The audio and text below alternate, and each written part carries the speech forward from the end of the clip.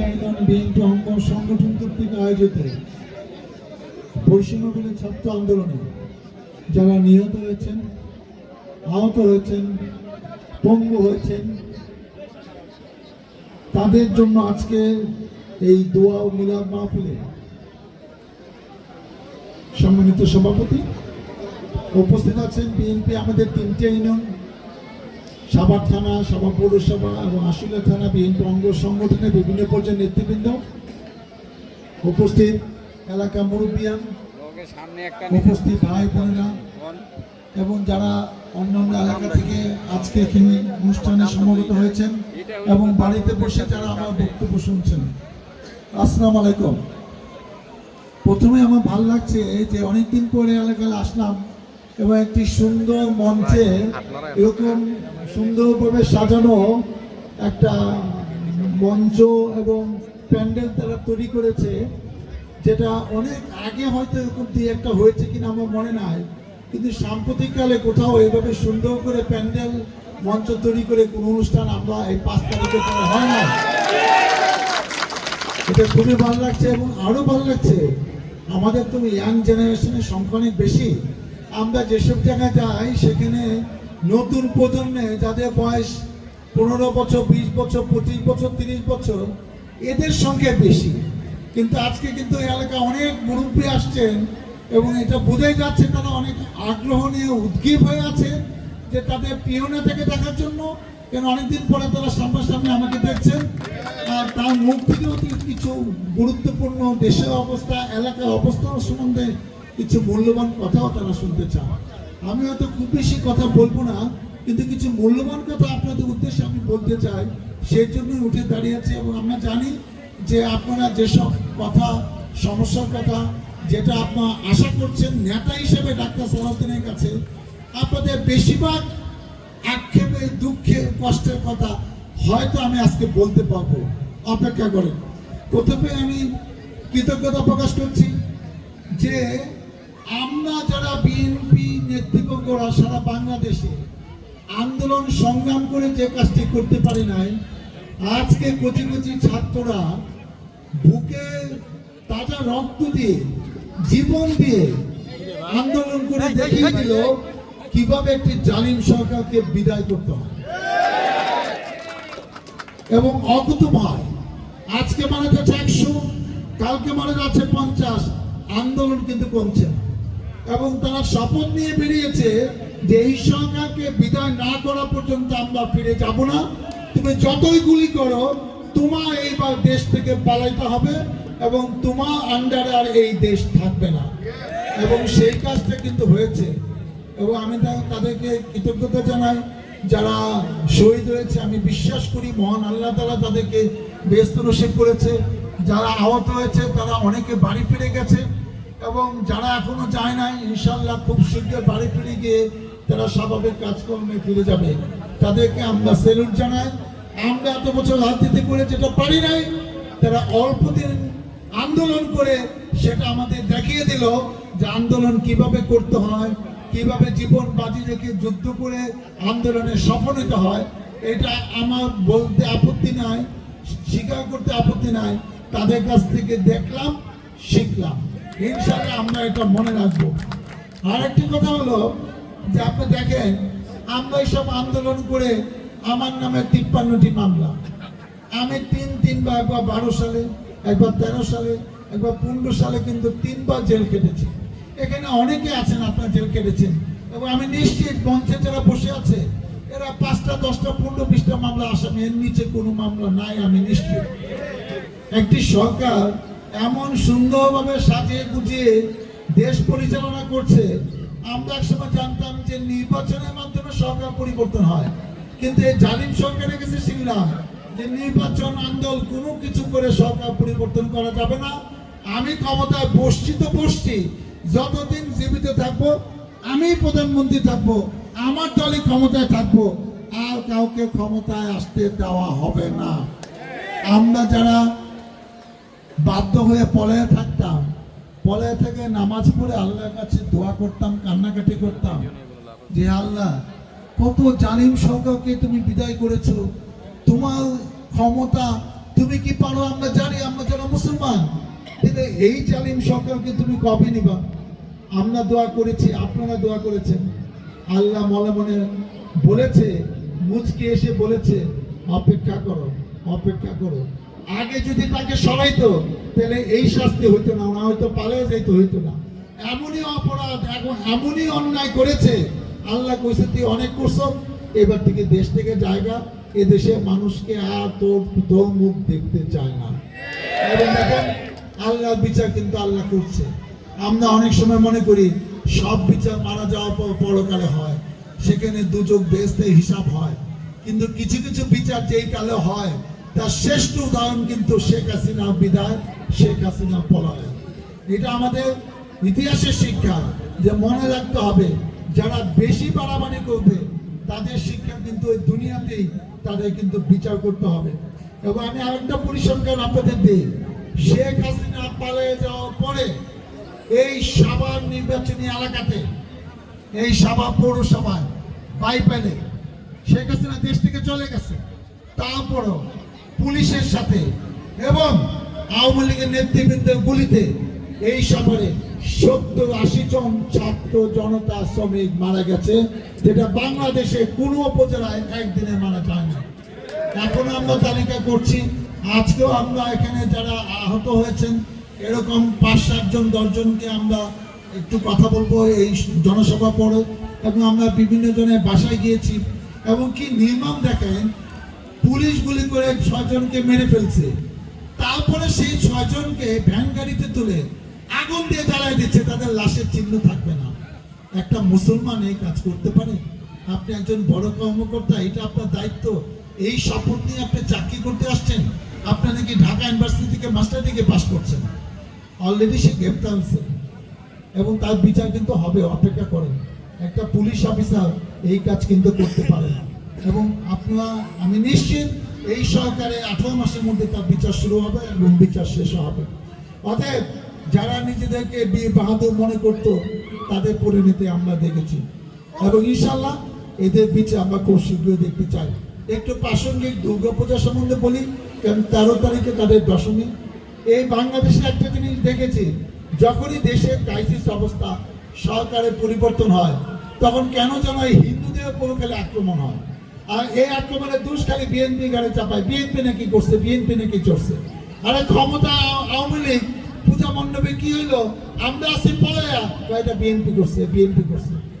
এই দোষ আর দিয়েন না। এই যে তাদের সপ্তমী, অষ্টমী, নবমী, দশমী, এখানে প্রশাসন থেকে 30 তারিখ এই দুর্গা পূজাকে কেন্দ্র করে সমস্ত দুর্গা পূজা, আপনাদের এলাকাও কিন্তু আমি মন্দিরে খবর নিয়েছি, বইলা করে যেমন আগে 2টা হয়েছে, এবছর 1টা হবে।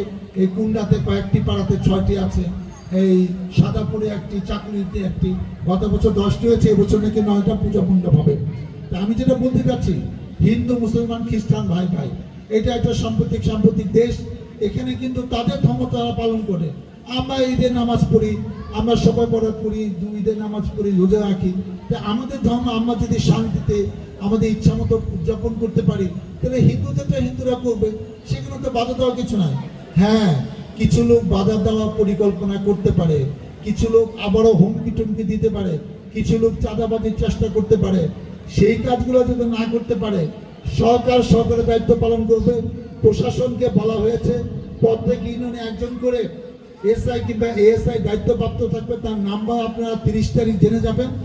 আর আমাদের দলীয় নেতৃবর্গ কিন্তু একটু দায়িত্ব আছে, কারণ আপনারা জানেন যে 18 মাস পরে আমরা আশা করছি যে একটি নির্বাচন হবে, যেটা সেনাবাহিনী প্রধান বলেছেন।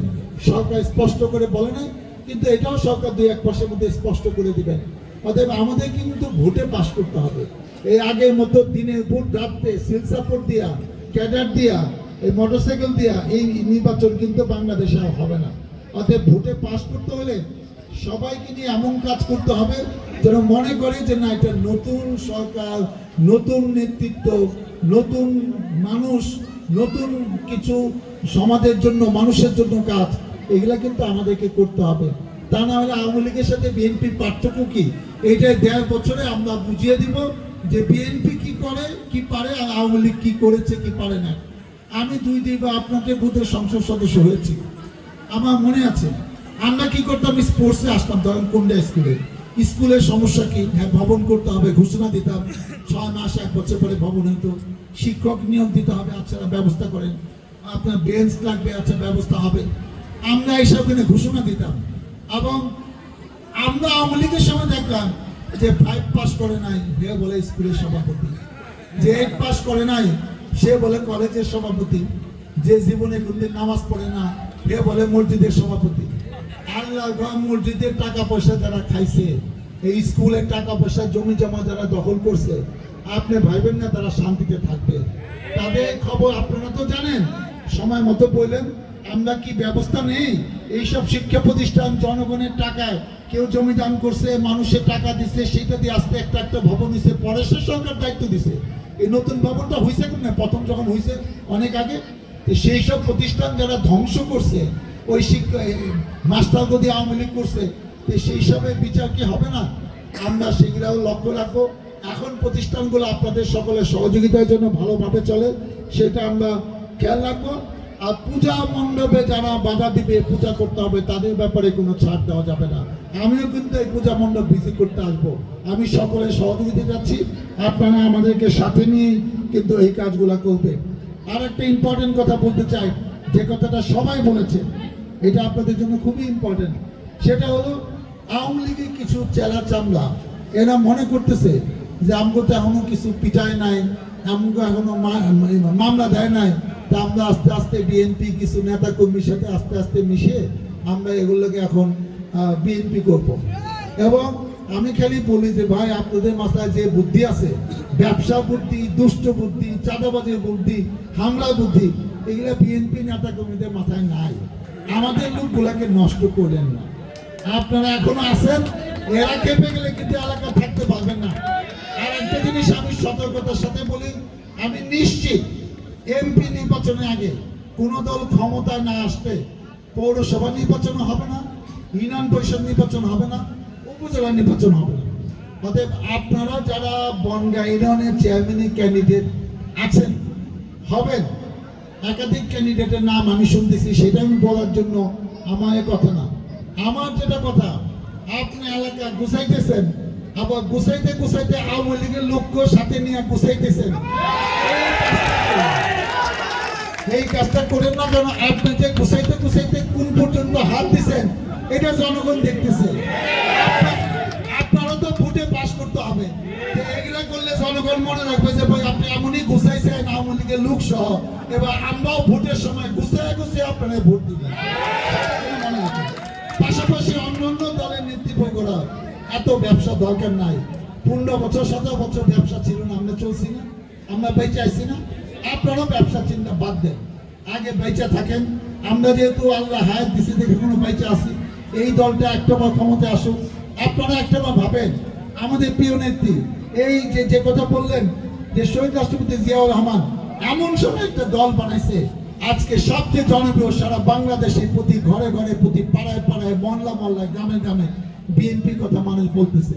দেখেন সে কি কাজটা করে গেছে। আজকে এরকম একটা সময় এই দলটা না থাকলে, আওয়ামী লীগ চলে গেলে দায়িত্ব নিতে কোন দল, দেশ চালাইতে কোন দল? দেখেন সে কতটা জ্ঞানী, সে বুঝছিল যে একটা ভালো দল বানাইতে হবে, এই আওয়ামী লীগকে দিয়ে দেশ শাসন করলে তো হবে না। আজকে সেই দলে উনি মারা যাওয়ার পরে দলের দায়িত্ব নিল খালেদা জিয়া, এবং উনি গণতন্ত্রকে নতুনভাবে বাংলাদেশের মানুষের কাছে উপহার দিল। 91 সাল থেকে উনি 3 প্রধানমন্ত্রী। তাকে একটা মিথ্যা মামলায় 2 বছর জেল খাটালেন। আরে প্রধানমন্ত্রী সারা জীবন কেউ ক্ষমতায় থাকে না, উনি অসুস্থ, ওনাকে রায় দিচ্ছেন 10 বছর জেল, বিদেশে যাবেন চিকিৎসার জন্য, আপনি চিকিৎসার জন্য যাইতে দেন নাই। আল্লাহর কি নিয়ামত, আল্লাহর কি কাহিনী যে তাকে আপনি যাইতে দেন নাই, আপনি দেশ থেকে পালিয়ে চলে গেছেন, উনি কিন্তু দেশেই আছে। তবে আল্লাহ চাইলে কি যে পারে। এবং আরেকটা জিনিস দেখেন, আমাদের প্রিয় নেতা ভারপ্রাপ্ত চেয়ারম্যান, আমাদের তো এত ধৈর্য থাকে না, আমরাও তো অনেক সময় বিরক্ত হয়ে গেছে। আর কতদিন এই পলায় থাকবো, মামলা খাবো, জেলে যাব? উনি দেখেন লন্ডন থেকে বসে এই দলটাকে যেভাবে সংগঠিত করছে, আমি আপনাদের নিশ্চিত বলতে পারি বিএনপি এতটা 15 বছরে আপনারা পুলিশকে মোকাবেলা করছেন। কোনোদিন আওয়ামী লীগ আমাদের সাথে তো গ্যাঞ্জাম করে নাই কোনো মাঠে, কোনোদিন তো আওয়ামী লীগ কোনো প্রতিযোগিতায় আসে নাই যে তাদের 4000 লোক হলে আমাদের 10,000 লোক হবো। তারা জানে তাদের লোক নাই, তাদের আছে পুলিশ, পুলিশ দিয়ে মোকাবেলা করছে। আজকে এই দলটা সারা বাংলাদেশে এত শক্তিশালী, তারিক রহমানের এই 15-16 বছরে কতদিন স্কাইপেতে এক দিন 8 ঘন্টা 10 ঘন্টা উনি মিটিং করেন, আমাদেরকে টেলিফোনে নির্দেশ দেন। আজকে যে আপনারা আছেন, আজকে যদি একজন দলের হাল না থাকতো, এইভাবে সারা বাংলাদেশের দলটা থাকতো না।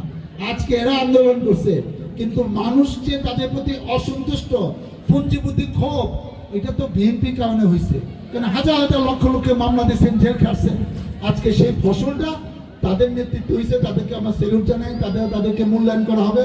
এবং আর একটা কথা না বলে পারছি না, আজকে 71 সালে যেমন স্বাধীনতার যুদ্ধ হয়ে দেশ স্বাধীন হয়েছিল, এটাও কিন্তু একটা নতুন স্বাধীনতার যুদ্ধ। এই গণতন্ত্র কিন্তু আমরা দেখি নাই, এবং নতুন করে স্বাধীনতা পাওয়ার পরে স্বাধীনতা সবাইকে নিয়ে রক্ষা করতে হবে। এবং মুক্তিযুদ্ধতে যেরকম মূল্যায়ন হয়েছে, 30 লক্ষ লোক শহীদ হয়েছেন, 2 লক্ষ মা বোন এই যুদ্ধে মেরে 71 সালে 16 ডিসেম্বর দেশ স্বাধীন হলো, এটা কিন্তু নতুন স্বাধীনতা। আজকে এখানে যারা শহীদ হয়েছেন তাদের নামে রাস্তাঘাট, কোনো ভবনের নাম, লাইব্রেরির নাম, এদেরকে যেন সারা জীবন মানুষ এলাকাবাসী সম্মানের সাথে স্মরণ করে সেই ব্যবস্থা করতে হবে। কেন করতে হবে জানেন? যাতে আবার কোনো জালিম সরকার আসবে, আবার আন্দোলনে যাতে কেউ জীবন দিতে পিছপা না হয়। সম্মানটা যদি পায়, তখন কিন্তু আবারও মানুষ জীবন যাওয়া প্রস্তুত থাকবে।